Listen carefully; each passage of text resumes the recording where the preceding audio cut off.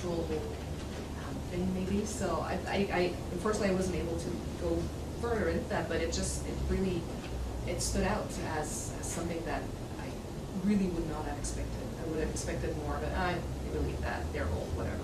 So but they admire not so much the faith in spite of, but just the fact that they were faithful.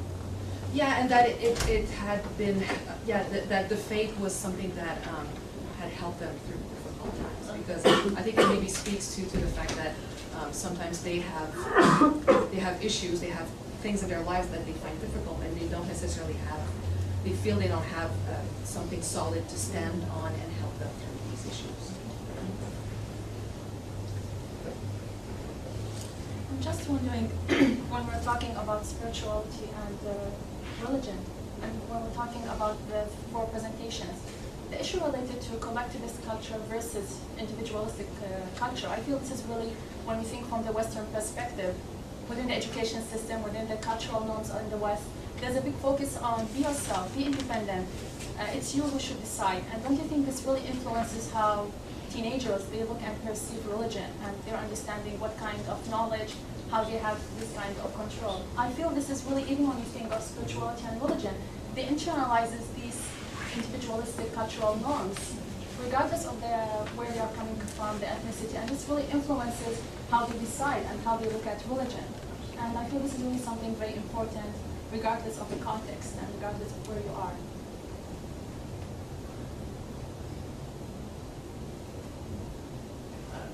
Spencer, one thing that I kind of need about your focus group is I had a lot of experience dealing with camps and youth movements.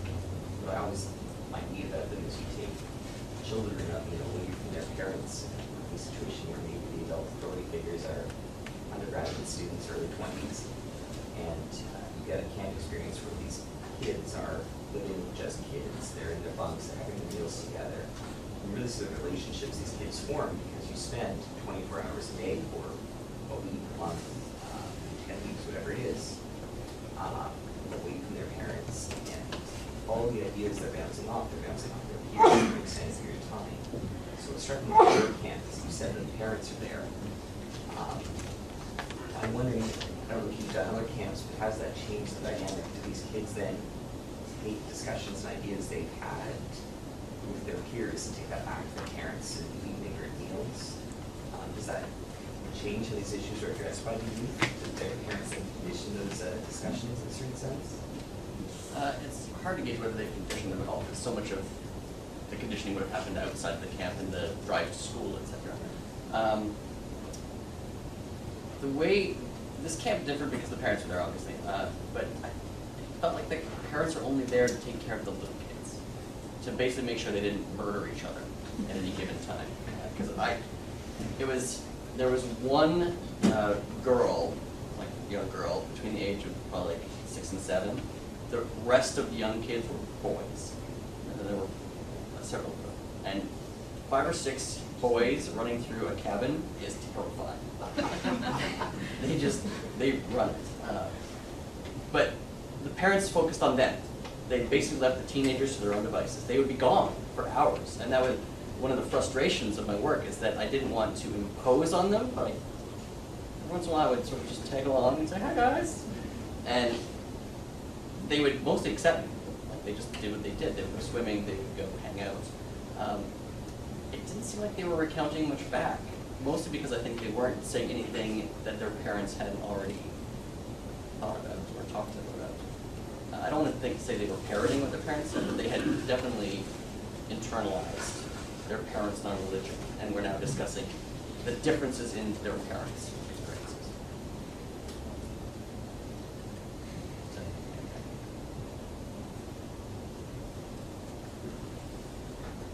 Can I just make some comments? And they're probably a bit random because I'm not thinking things through at the moment.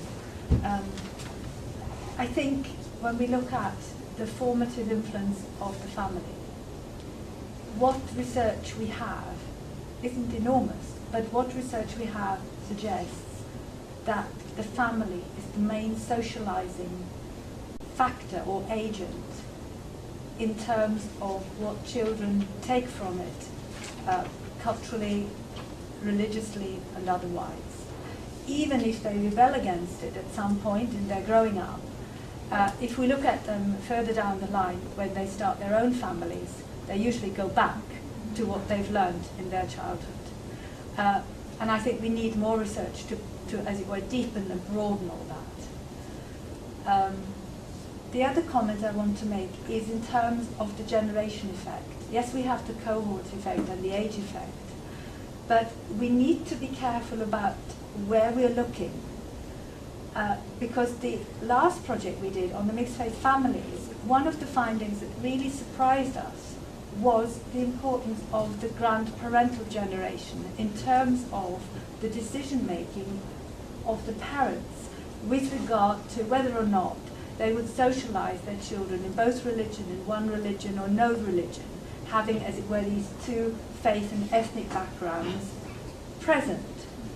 And in some families, the grandparents stepped in and said, I want my grandchildren to go through rites of passages.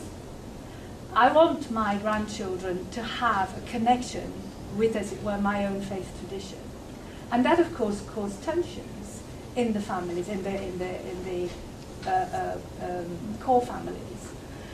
So that's that. But also we found that the parents, especially from immigrant families, said that what happened in their growing up was that their parents, being the first generation immigrants, had jettisoned their religions because they wanted to fit in.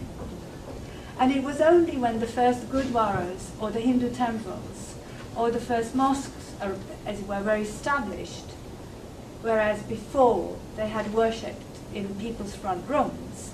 But the moment they had these structures in place, this first generation was reminded of their roots, and the turbans came back out, and the, as it were, the outer symbols of their religions came back out, and the children were expected to, as it were, tune into these new structures. So one of the mothers I remember, who had grown up with sort of Sikh parents, she said, you know, the moment my parents arrived, they had a few pounds in their pockets. My father cut his beard, cut his hair, ditched the turban. There was very religion in the house, and whenever the parents worshipped, it would be in somebody's front room. And the moment there was a Gurdwara, she said, I was expected to be a Sikh, grow my hair, wear, you know, the traditional clothes. But no, you know, I was, as it were, part of the British culture at that point. I didn't know what they wanted from me, and I certainly didn't have any understanding of what was going on in the Gurdwara. So, as it were, they felt some alienation from their own traditions, and all of a sudden it was imposed on them. And I think we need to look at that more closely before we make any kind of statements about what is going on. We can get the broad brush strokes from the quantitative data, and you know what Anna said, and the other quantitative data that have been referred to, you know, is reflected in European values surveys and international values surveys and whatever they are, but they only give us the brush strokes on the broad canvas, and the, as it were, what's going on in the ground we have to do with qualitative methods. I'm convinced about that. That brings the issue that there's not just, you know, the contextual stuff and all these, you know, what age you are, what your background and stuff. There is also that stuff that does come out of the qualitative work, and that is that you don't look for the uniformities across the entire population, because, as you say, they exist at a certain level, and they have a certain importance and effect. But below that, you have a lot of clustering. And one of the more intriguing things that these kinds of projects usually do, my own included, is to try to find the profiles, right? And not so much even in terms of how representative they are, what their relative presence in the population is, but what are the possibilities? And your talk yesterday put a great deal of emphasis on, I think you used the word interdependence, quite a lot, right? And it does, and of course there are theoretical orientations that address themselves directly at what depends on what. And one of the things that we're dealing with is it depends on age and cohort. You brought up, it depends on the particular background. I mean, grandparents can't have much of an effect if they're 5,000 miles away, right? Or even if they're from a cultural background where, you know, grandparents hands off the grandchildren. That's not your business anymore, right? You just take them every now and again to babysit them and be nice to them, that kind of thing, right? So that also, it also depends on the kind of local cultural context, which in the kind of societies that we're dealing with has so much variety that it really does become really difficult to, if we wanted to say something that applies to almost everyone, we have to shut up because there's no such thing. But then, of course, you have the grandparents being 5,000 miles away. You also have the transnational side of things and the global side of things, where there is a connection, even if there's not the physical connection on a daily basis. Or send the kids back for education for a few years, the Exactly. formative years, that kind of thing. In Montreal, I did a research on young immigrant Muslims, and I was looking at socialization, and one of the results was the strong influence of the family, whether it was grandparents, parents, uncles, or Extended sister, family. brothers, yeah. And whatever their degree of religiosity. Yes. But it was strong influence. Oh, I have a question that sort of emerges from Anne's talk right off the bat. And in relationship to this, the theme of this particular talk, what institutional norms and perceptions. And you use the word ambivalence when it comes to young people.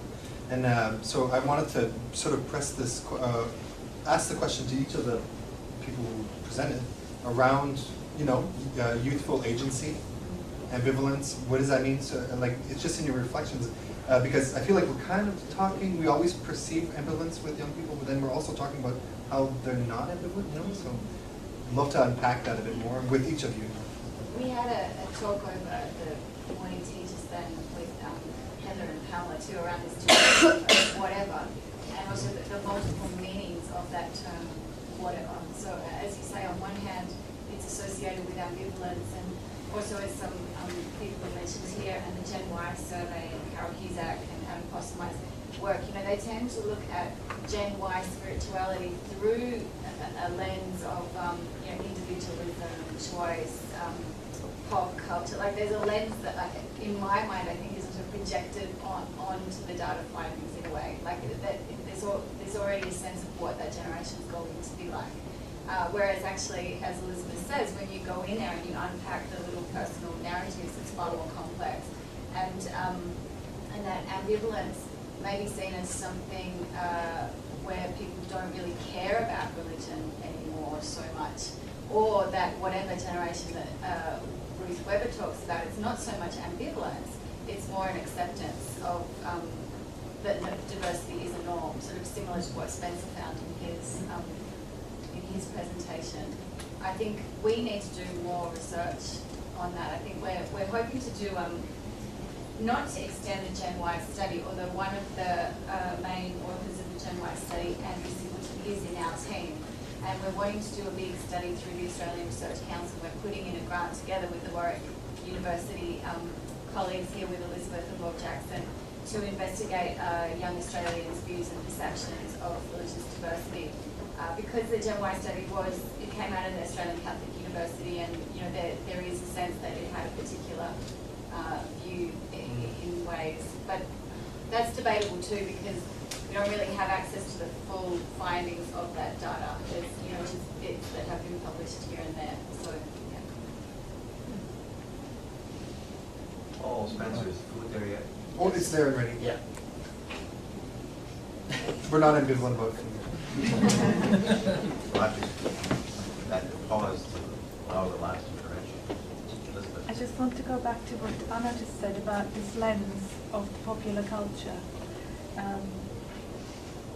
I am not convinced either, because when we talk to young people, and as I said yesterday in my presentation, the young people we talk